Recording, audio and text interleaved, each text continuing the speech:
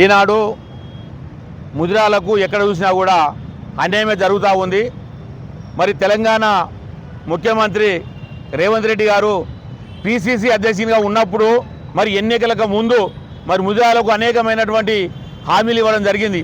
ముదిరాలకు ప్రత్యేకమైనటువంటి కార్పొరేషన్ ఏర్పాటు చేస్తా, మరి సరిపడా బడ్జెట్ కేటాయిస్తా అని చెప్పడం జరిగింది. మరి అక్కడ కార్పొరేషన్ ఏర్పాటు చేసినప్పటికీ ఇప్పటికీ ఒక రూపాయి కూడా మరి బడ్జెట్ కేటాయించినటువంటి దాఖలాలు లేవు. పోతే మరి మాకు గతంలో మరి ఎప్పుడైనా కూడా ఉచిత చేప పిల్లలు వచ్చేది, మరి మత్స్యకారులుగా మరి కొంత మేము వెసులుబాటు ఉండేది, మరి ఆర్థికంగా బలపడేది. మరి ఈ ప్రభుత్వం ఏర్పడిన తర్వాత ఆ ఉచిత చేప పిల్లలకు కూడా మరి ఎగనామం పలికిండు. పోతే మొన్న మరి ఏదైతే బడ్జెట్ నిన్న ప్రవేశపెట్టినటువంటి బడ్జెట్లో మరి మత్స్యకారులకు ఏమాత్రం కూడా మరి బడ్జెట్లో కేటాయింపులు లేవు. కేవలం పశుసంవర్ధక శాఖ, మత్స్యశాఖ రెండు కలిసి ఉంటాయి. దానికి 1600 కోట్లు మాత్రమే కేటాయించడము ఇది సిగ్గు, ఇది రేవంత్ రెడ్డికి తగదు అని చెప్తా ఉన్నాను.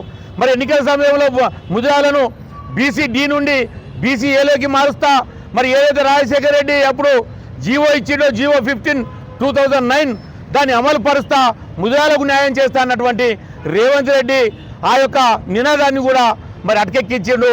మరి ఆయన హామీని కూడా తుంగలో దొక్కిండు. ఇప్పటి వరకు కూడా మరి ముదిరాలంటే ఈ ప్రభుత్వానికి కనపడడం లేదు. మరి ఆగస్టు 15 వరకు మంత్రి పదవి ఇస్తానటువంటి రేవంత్ రెడ్డి ఇప్పటి వరకు కూడా ఆ దిశగా అడుగు వేసినటువంటి పాపన పోలేదు. అంటే ముదిరాజులంటే ఇంత చులకన్నా, ముదిరాలంటే ఇంత ఆవయాలన్నా మరి ముదిరాలను ఎందుకు పట్టించుకోవడం లేదు? ముదిరాలంటే మరి ఇంత నీచంగా చూడడము ఇది ఎంతవరకు సమంజసము? ఈ రేవంత్ రెడ్డికి మాకు ఏదైతే ఉందో, మా హక్కులు ఏవైతే ఉన్నాయో పూర్తిగా మా హక్కులు మాకు కల్పించే వరకు ఈ పోరాటం ఆగది.